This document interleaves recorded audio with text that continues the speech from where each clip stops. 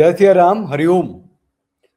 ये मोदी जी के विरोध में तो आ गई है ना पूरी दुनिया। वो उनके कोर वोटर्स भी आ गए हैं ना, आ गए हैं। यूजीसी रेगुलेशंस के लिए आ गए हैं। बहुत बड़ा खतरा है, लोग डर गए हैं। तो ये जो है साध्वी मोदिम्भरा, नहीं, साध्वी ऋतंभरा उनका नाम है। तो साध्वी ऋतंभरा आई हैं कि ये जो विनाश काले विपरीत बुद्धि नहीं होना चाहिए। बहुत अपमान के बाद, बहुत संघर्ष के बाद ये नेतृत्व मिला है। अगर इसके विरोध में हम लोग जाएंगे तो सत्यानाश होगा। इस पर हम बात करने के लिए आए हैं। आप लोग चैनल को लाइक शेयर सब्सक्राइब कर लीजिए, बेल आइकन को प्रेस कर दीजिए नोटिफिकेशन के लिए। साथ रहिए, साथ दीजिए। ये बहुत ही ट्रांजिशन का फेज है भारत का, तो ये जरूरी है कि हम सब इस ट्रांजिशन के फेज में जो अपना जो धर्म की अथॉरिटी है उस पर बने रहें और आने वाली पीढ़ी के लिए जितना भी हो सके कम से कम सुरक्षा का वातावरण तो दे पाए उसको। हमारी बहुत गंदी आदत है अपनों में ही दोष देखने की आदत। कितना कितना अपमान झेलकर यहाँ तक पहुंचे हैं, और जो नेतृत्व संभाले हैं उनके प्रति अगर संशय करोगे तो सत्यानाश हो जाएगा, सत्यानाश हो जाएगा, विनाश हो जाएगा। मतलब यूजीसी रेगुलेशंस का त्याग कर देना चाहिए। अपनों में ही दोष देखोगे तो ये आदत ठीक नहीं है ना। हम जिसमें दोष देख रहे हैं वो अपना है। जो नेतृत्व इतने सालों के बाद मिला है उसमें दोष देखेंगे तो सत्यानाश हो जाएगा। मतलब सत्यानाश कैसा होगा कि हम राम मंदिर तक पहुंचे हैं ना, या फिर मोहम्मद बिन अब्दुल्ला मस्जिद तक पहुंचे हैं भैया राम मंदिर के नाम पे। कश्मीर में संवैधानिक रूप से धारा 370 हटा के कश्मीर को इस्लामीकरण कर दिया, मुसलमानीकरण कर दिया, टारगेट किलिंग हो गई, हिंदू या मुसलमान हो करके मारा जाने लग गया। कश्मीर को यहाँ पहुंचा दिया, हम यहाँ तक पहुंच गए। बाबरी मस्जिद भारत के कोने कोने में बनने की तैयारी शुरू हो गई है, हम वहां पहुंच गए हैं। SC ST OBC OGC regulation लाकर हिंदुओं को खंड खंड में काट कर खत्म करने तक हम पहुंच गए हैं। नीली आर्मी खड़ी कर दी है, यहाँ तक पहुंच गए हैं। साध्वी ऋतंभरा से साध्वी मोदिम्भरा हो गई हैं। रखिए। अपनों के प्रति रोष मंचों पे नहीं व्यक्त होता, घर में बैठ के होता है। घर के गंदे कपड़े चौराहों पे नहीं धोए जाते। जिस दिन हम अरे घर के गंदे कपड़े चौराहों पे नहीं धोए जाते। गंदा कपड़ा कौन सा है? यूजीसी रेगुलेशंस को गंदा कपड़ा कह रही हैं आप? वो तो यूनिवर्सिटी में घुसेगा, हर घर से बच्चे निकलेंगे। कहते हैं ना कितना वो अभी हर घर से खामने निकलेगा, है ना। वो हर घर से अफजल निकलेगा, हर घर से काटने वाले भी निकलेंगे। यूजीसी रेगुलेशंस वही है। वो चौराहा थोड़ी है, वो तो यूनिवर्सिटी है, शिक्षा का केंद्र है, चरित्र का निर्माण होने वाली बात है वहां पे। ये साध्वी ऋतंभरा जो हैं वो 1963 की बॉर्न हैं, दीदी माँ कही जाती हैं, राष्ट्रवादी विचारक हैं, दुर्गा वाहिनी की संस्थापक हैं। ये दुर्गा वाहिनी जो है तो विश्व हिंदू परिषद का एक विंग है। स्त्रियों लड़कियों को क्या कहते हैं कि एम्पावरमेंट के लिए है वो।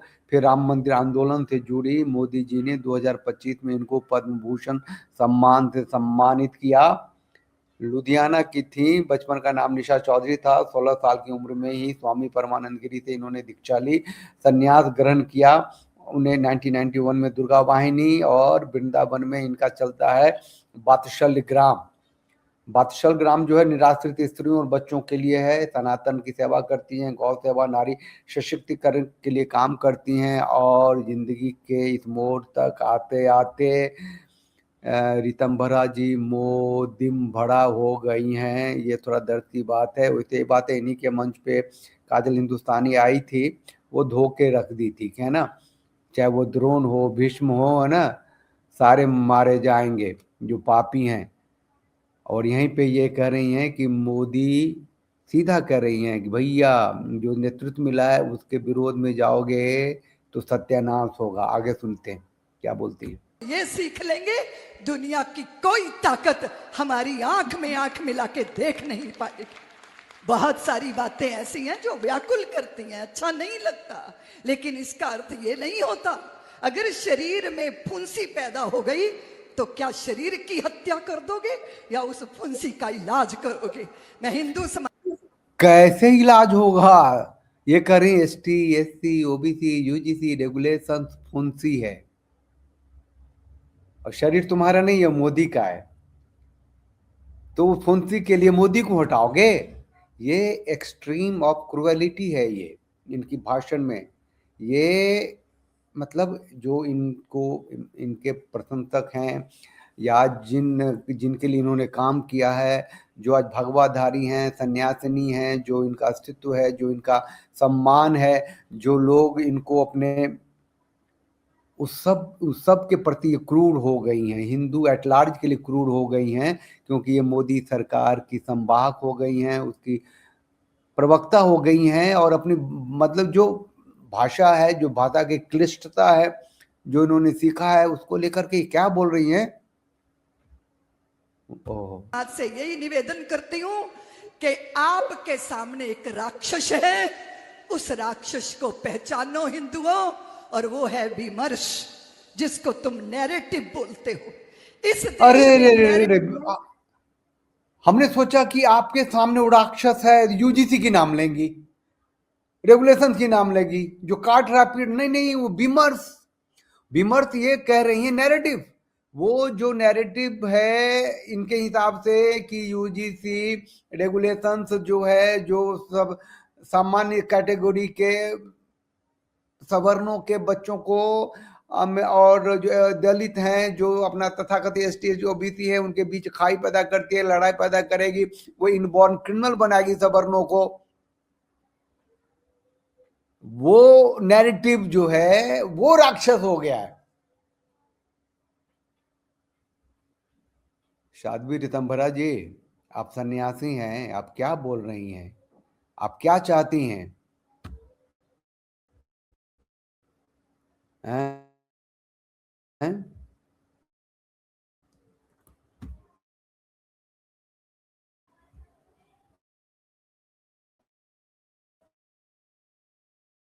सुनते, आगे सुनते हैं।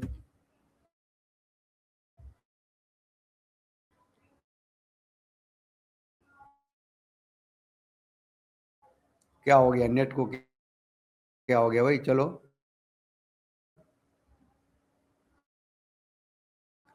ओके, मैं हिंदू समाज से यही निवेदन करती हूं कि आपके सामने एक राक्षस है, उस राक्षस को पहचानो हिंदुओं, और वो है विमर्श, जिसको तुम नैरेटिव बोलते हो। इस देश में नैरेटिव की लड़ाई हो रही है। पाकिस्तान, अफगानिस्तान, बांग्लादेश, विदेशों में, मिडिल ईस्ट में बैठ के भारत के अंदर जातीयगत ऐसा विध्वंस हो जाए कि भाई भाई की गर्दन काटे, उसके षड्यंत्र रच दिए गए हैं। अरे मतलब कि, अरे भाई कुछ भी बोल लेगी। ये UGC रेगुलेशंस जो भारत में आया है, उसकी जड़ें पाकिस्तान में, अफगानिस्तान में, बांग्लादेश में, मिडिल ईस्ट में, वहां रचा गया कि भारत के अंदर जाकर के काटो पीटो ठोको, और मोदी इसके लिए जिम्मेदार नहीं है। अब किससे लड़ेंगे? ये कानून कौन हटाएगा? ये रेगुलेशंस कौन हटाएगा? SC एक्ट में जो पहले कांग्रेस ने अपराध डाले थे 22, तो उसमें से और 25 अपराध किसने डाले? सुप्रीम कोर्ट ने ये कहा था कि गिरफ्तारी से पहले थोड़ी सी जांच कर लो, प्रारंभिक जांच कर लो, प्रिलिमिनरी जांच होनी चाहिए। उसको संसद में आकर के किसने बदल दिया? अरे मोदी ने बदला भाई। क्या बोल रही है ये? एक शब्द और सुन लेते हैं।